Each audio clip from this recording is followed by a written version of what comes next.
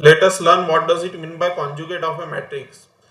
So the conjugate of a matrix A, capital A is a matrix given to us and its conjugate is obtained by changing the sign of the iota.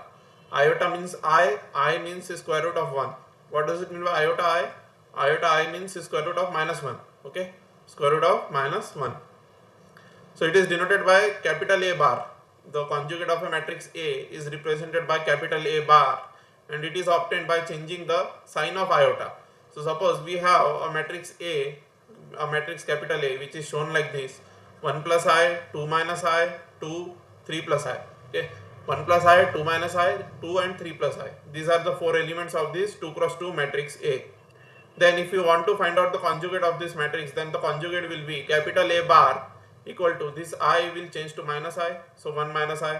This minus I will change to plus I, that is we have changed the sign of iota, so 2 plus I. This plus I will become minus I, so 3 plus I will become 3 minus I. Okay, and 2 remains as it is. 2 has remained as it is because 2 does not contain any iota term. 2 does not contain any iota term, that is why 2 has remained as it is 2 only. Okay, but these three elements, as they were containing iota, they were changed to something else, and the sign of iota, from plus iota we change to minus iota, from minus iota we change to plus iota, from plus iota we change to minus iota. Okay, so in this way conjugate of a matrix A is obtained.